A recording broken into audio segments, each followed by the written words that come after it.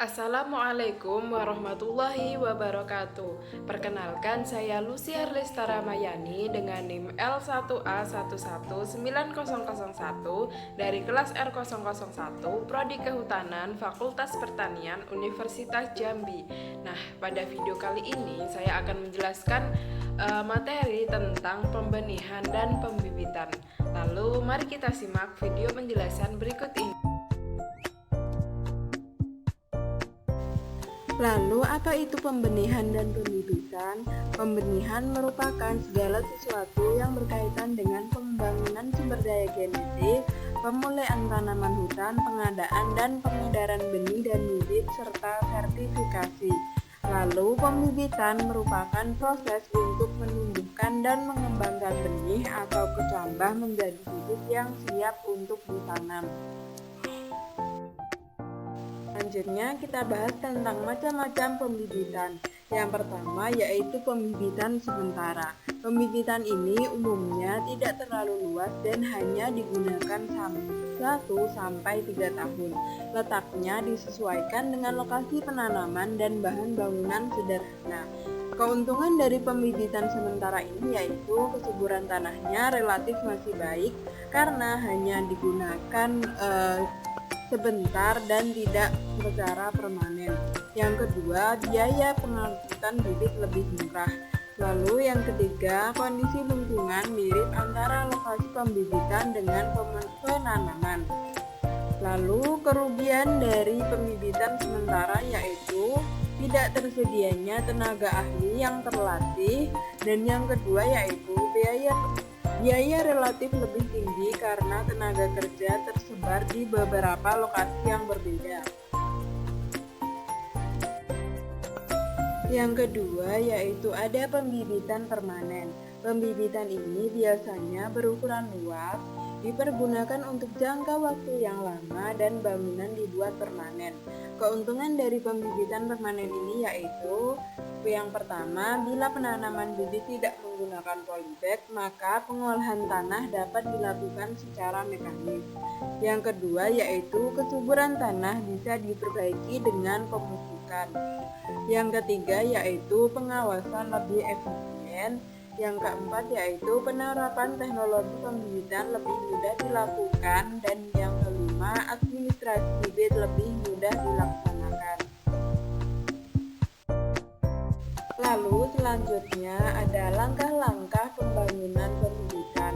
Yang pertama, pemilihan lokasi pembibitan dengan syarat jauh dari gangguan ternak atau pengganggu lain seperti banjir, dekat dengan lokasi penanaman, mudah terjangkau, datar dengan kemiringan maksimal 5%, tingkat kesuburan baik jika penyapihan tidak dengan menggunakan polybag, dekat dengan sumber air. Namun, jika tidak terdapat sumber air secara alami, maka bisa dibuat sumber air buatan seperti sumur atau embung buatan. Lalu yang kedua yaitu pembukaan lahan untuk penempatan pembibitan. Nah, yang ketiga yaitu pengadaan sarana dan prasarana seperti sarana jalan, gudang peralatan dan saprodi, gudang penyimpanan media tanam, bedeng tabur, bedeng rapih, instalasi penyiraman, dan yang terakhir saluran pembuangan air atau dan drainase. Lalu bisa dilihat contoh pembuatan tempat pembibitan yang baik dan benar. Lalu ada operasional pembibitan. Yang pertama, pemilihan jenis, kegunaan dan manfaat jenis. Lalu yang kedua, mampu beradaptasi dengan lingkungan. Kemampuan beradaptasi ini ditentukan oleh kemampuan tanaman untuk tumbuh pada suatu kondisi lingkungan tertentu. Berdasarkan kemampuan ini, maka tanaman dapat dikelompokkan atas 2 kelompok, yaitu yang pertama, kelompok tanaman lokal, yaitu jenis tanaman yang secara alami tumbuh pada suatu lokasi. Yang kedua yaitu jenis dari luar atau eksotik, yaitu tanaman yang sengaja ditanam pada suatu lokasi yang secara alami jenis tanaman tersebut tidak tumbuh. Untuk pemilihan jenis tanaman bisa melakukan uji kesesuaian dengan lingkungan minimal 1 daur. Yang kedua, mencari informasi dari hasil penanaman jenis. Yang ketiga, mencari informasi dari literatur. Khusus untuk tanaman yang akan ditanam pada lahan kritis seperti untuk penghijauan dan reboisasi harus memenuhi beberapa syarat berikut ini. Yang pertama, mampu hidup pada kondisi lingkungan yang beragam.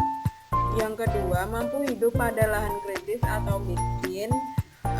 Yang ketiga, mampu hidup pada lahan terbuka. Yang keempat, cepat tumbuh. Yang kelima, cepat berbuah dan banyak menghasilkan buah. Yang keenam, mudah diperbanyak maupun generatif ataupun vegetatif. Lalu yang kedua ada pengadaan benih.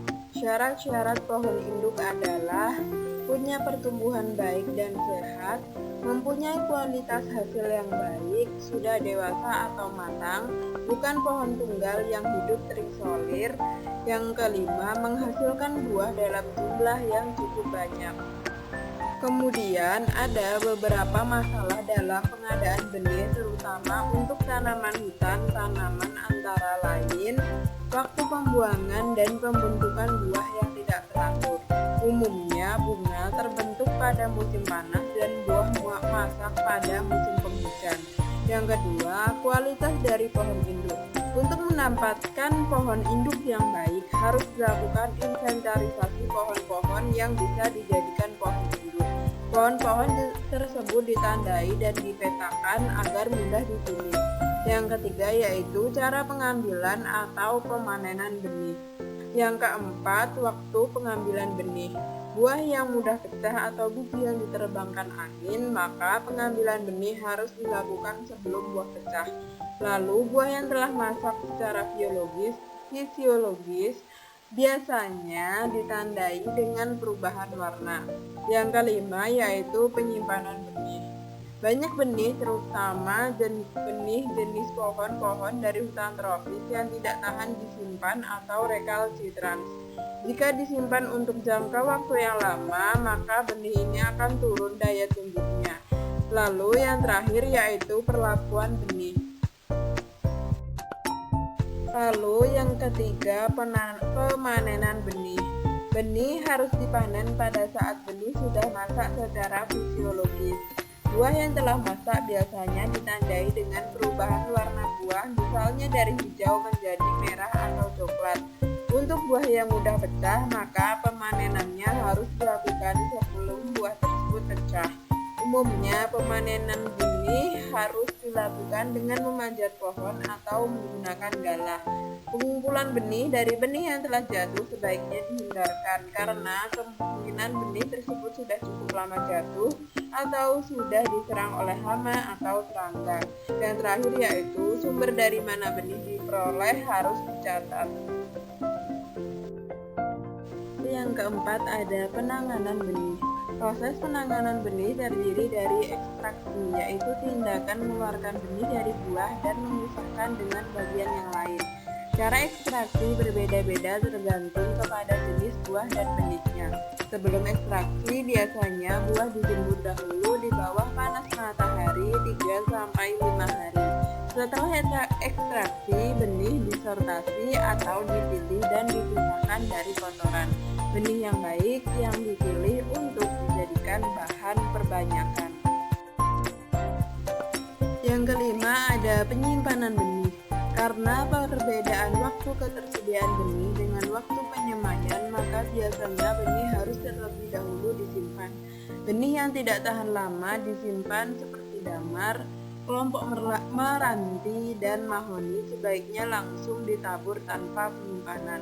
Sedangkan benih akasia, gimendina, dan sengon dapat disimpan cukup lama dalam lemari es.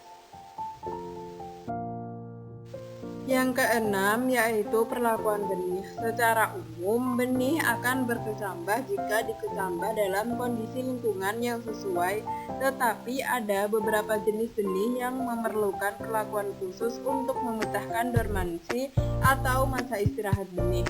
Perlakuan yang dapat dilakukan secara sederhana adalah yang pertama, cara mekanis, yaitu dengan cara seperti digigit atau diamplas. Yang kedua, secara fisik yaitu dapat dilakukan dengan cara merendam benih dalam air.